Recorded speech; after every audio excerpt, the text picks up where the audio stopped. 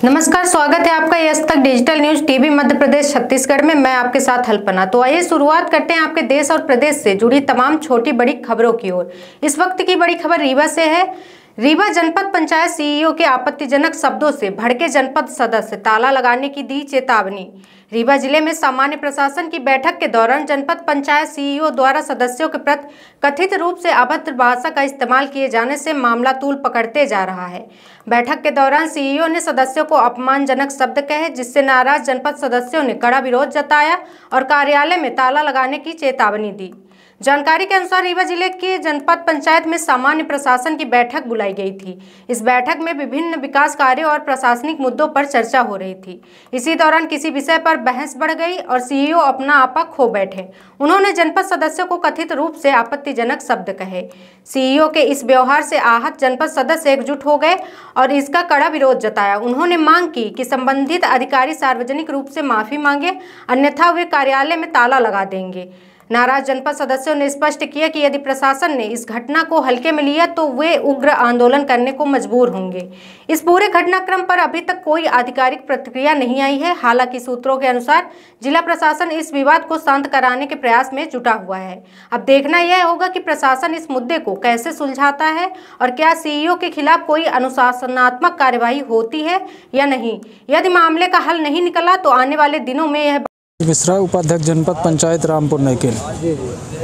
हम लोग आज आए थे, कमिश्नर साहब को एक आवेदन दिए हैं। उसमें जनपद पंचायत रामपुर नैकेल सीईओ राजीव तिवारी के खिलाफ कार्रवाई की मांग किए हैं।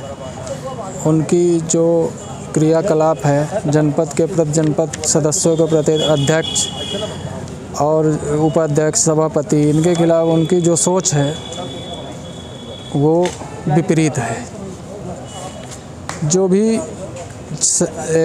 सरकार के गाइडलाइंस के अनुसार जनपद में हर महीने बैठक होनी चाहिए। बैठक में पारित प्रस्ताव,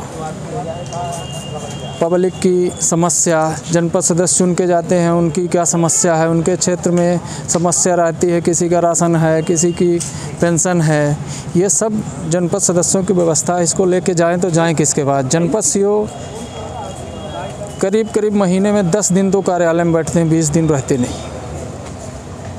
जनपद सदस्य 20 से 40 किलोमीटर दूर से, 50 किलोमीटर दूर से जाते हैं। फ़ोन तो किसी को उठाते नहीं हैं। फ़ोन यहाँ तक कि किसी न किसी जनप्रतिनिधि का नंबर भी ब्लैक लिस्ट में डाल दिए हैं, किससे बात करके जाएं।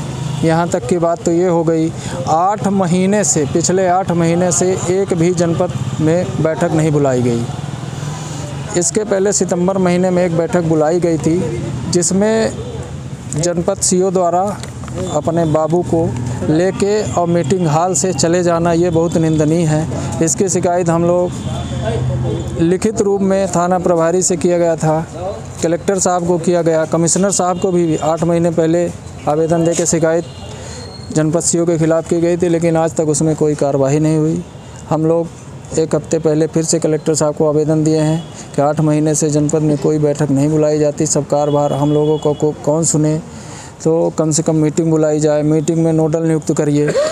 कलेक्टर साहब ने कोई 1 हफ्ते 10 दिन हो गए, कोई अभी तक उनकी सूचना हम लोगों को नहीं मिली, न तो कोई जानकारी हुई। इसलिए आज हम लोग फिर से कमिश्नर साहब को आवेदन देके ये मांग किए कि जनपद का कार्यभार ध्वस्त पड़ा है, इसलिए आपसे आशा उम्मीद है कि आप कुछ न कुछ करेंगे।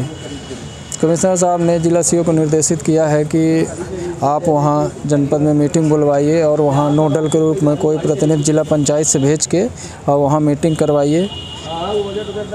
कमिश्नर साहब ने निर्देश किया है, लेकिन हम लोग इस बात से अभी संतुष्ट नहीं हैं कि जो हम लोगों की मांग है वो मांग हम लोगों को पूर्ण हुई।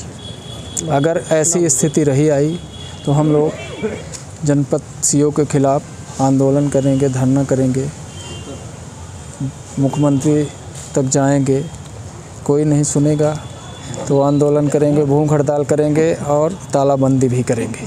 कितने सदस्य हैं जनपद के? हम लोग 15 सदस्य हैं जी। नाम बताओ। ऋषिराज मिश्रा, उपाध्यक्ष जनपद पंचायत रामपुर नैकेल। क्या मांगे हैं? ये आए हैं हम आवेदन आवेदन देने आए हैं कमिश्नर साहब को।